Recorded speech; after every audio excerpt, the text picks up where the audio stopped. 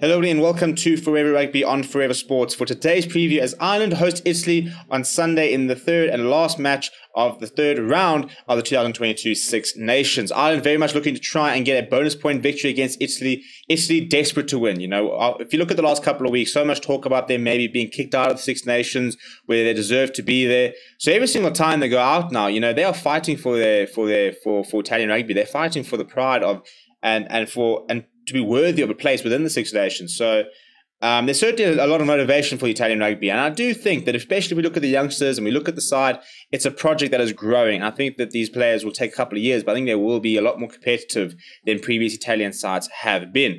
Having said that, it's a very good Irish side as well, and a couple of changes to allow a couple of other players to get some game time. So I think it's quite a nice balance of a very strong Irish side, but also allowing a few players opportunity. And there is also a debut for Ireland.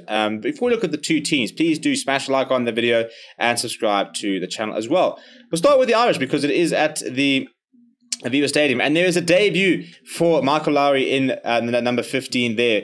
A very well-deserved debut. He's been playing very well, and it's kind of been a matter of time before he's going to get an opportunity at international level. But if we start with the front row, Andrew Porter, Dan Sheehan, and Tyke Furlong will pack down. Dan Sheehan an opportunity, but I mean Andrew Porter and Tyke Furlong, they are just absolutely world class, and you know exactly what you get for them almost every single time. So yeah, I think it's a loose trio, which is I mean, not loose trio. It's a front row in those two that are pretty settled, and they're just getting better and better. You know, Tyke Furlong, arguably the best tight end in the world, if we're being perfectly honest. And if we look at the second row, though. It is the likes of Tyke Byrne as well as Ryan Baird. No James Ryan this weekend, so Peter O'Mahony takes over the captaincy. Josh van der Fleer joins him in that loose trio, as does Caelan Doris gets an opportunity. Jack Conan has dropped down to the bench. And then if we look at the backline, Jamison Gibson Park partners Joey Carberry, Jonathan Sexton on the bench. There's quite a lot of talk. You know, he did the pre-match press conference, so there was, you know, a certain amount of assumptions that Johnny Sexton was going to start. But as you can see, it's obviously not Johnny Sexton. They have gone with Joe Carberry, which I think is a good move, because I think that they need to start looking at life after Johnny Sexton, you know, and you're not going to be able to do that until you start giving other players an opportunity. And something like Joe Carberry does need that game time. So does Jack Harty. There would have been, I think, there would have been an argument for either of them to have started. But if the rest of the back line, James Lowe, Mac Hansen shifted to the number 14 jersey. So interesting to sort of see how he goes out there. The two centers, Robbie Henshaw, Gary Ringrose. There's so much depth in the centre department there with Ireland, because you still, I mean, bring the like of Bundy Aki in there. So there's plenty of players that they still could bring in. And then off the bench. Sorry, and then obviously we've got Lowry at full back, which is interesting to see how he goes on his first international cap. Off the bench, Rob Herring, Dave Kilcoyne, and Finlay Beedham. So a couple of players. Dave Kilcoyne get an opportunity there. Kieran Treadwell, Jack Conan. Then Craig Casey comes into the bench. No Conor Murray this weekend. Johnny Sexton and James Hume. So look, it's still a very, very strong Irish side. It's still a side with so many superstars that you expect them to get the job done fairly easily.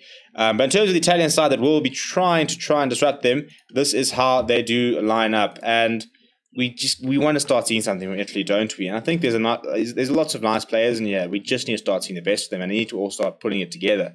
In the front row, Daniel Fischetti, Jean-Marco Lucchesi, and Pietro Ceccarelli will be packing down up against that world-class Irish front row. They'll have the support of Federico Razza and Nicolo Cannon behind them, but I think that, again, you know, this is kind of where Italian rugby really struggles, because they can't match other teams when it comes to the set piece. They will never be able to out scrum an Ireland. They'll never be able to probably effectively be able to disrupt a line out to a certain degree that's really going to make much of a difference. But this is the pack needs to put their hands up. I think there's a lot of talent in the Italian backline, but if you don't have a solid pack and you can't match any other sides, you know, toe to toe, you're always going to struggle no matter what your backline looks like. The loose trio is Giovanni Pettinelli, Michel Lamaro, and Tua Halafihi. And I think that Michel Lamaro, I really enjoy him as a captain. I mean, we're talking about somebody who's going into his 13th game as an Italian international. You know, so to be captaining that it's such little experience. You know, he's very much been backed and said, right, you are going to take us forward. You know, he's 23 years old, and they've said, we've got a project. This is a project. This is not just a team, it's a project, and he's going to be the man to lead the team forward. And I think he's the perfect pick. The 19 combination of Stephen Varney and Paolo Garbizzi continues as they continue to rack up some caps, playing at Montpellier and Gloucester, so really are playing at some of the best teams in the world. So they are two very talented players, and if you've got talented number 9 and 10, that goes a long way towards making yourself a proper side. I think also, you know, the likes of Montano Ioni, who I think is also a tremendous player. In the centres, though, you've got Leonardo Marin on his third appearance. You've got John Nature Bricks, Pierre Bruno, and then Eduardo Padovani. You know, the most capped player in that Italian backline is Padovani with 32 caps. He is the only player with more than 15 caps for the Italian national side. This is how inexperienced they are. So for all that we're quick to dismiss them, they are a side that has not had a lot of opportunity at international level. Even if you go through the pack, you know, you take away a Federico Razzo who's got 27 caps. After that, it's less than 20 caps across the place. So experience-wise, that's where I think, you know, Ireland will have the edge. But this Italian side needs to be allowed the opportunity for them to really grow.